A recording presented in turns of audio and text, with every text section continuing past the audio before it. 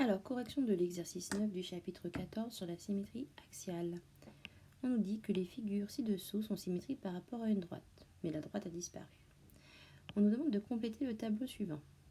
Quel est le point symétrique de F, de O, de I, de S?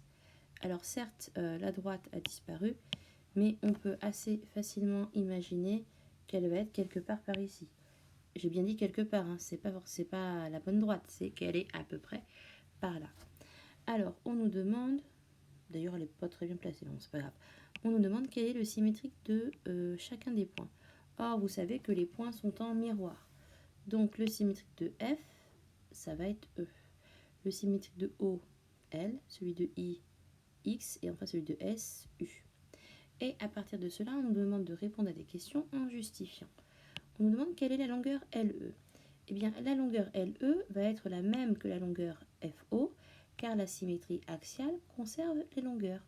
Donc, on peut affirmer que LE mesure aussi 3,2 cm.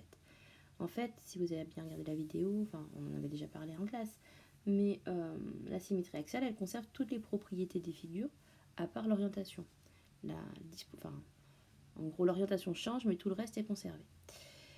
Ensuite, on nous dit quelle est l'autre longueur que l'on peut déterminer. Alors, on avait SI qui mesurait 1,7, du coup, par symétrie, on peut en déduire la longueur XU. Donc, on peut aussi déterminer XU grâce à la même propriété qui nous dit que la symétrie axiale, elle conserve les longueurs. Et enfin, quelle est la mesure de l'angle XUE? Alors, XUE, si je le marque sur la figure, c'est l'angle qui est alors là.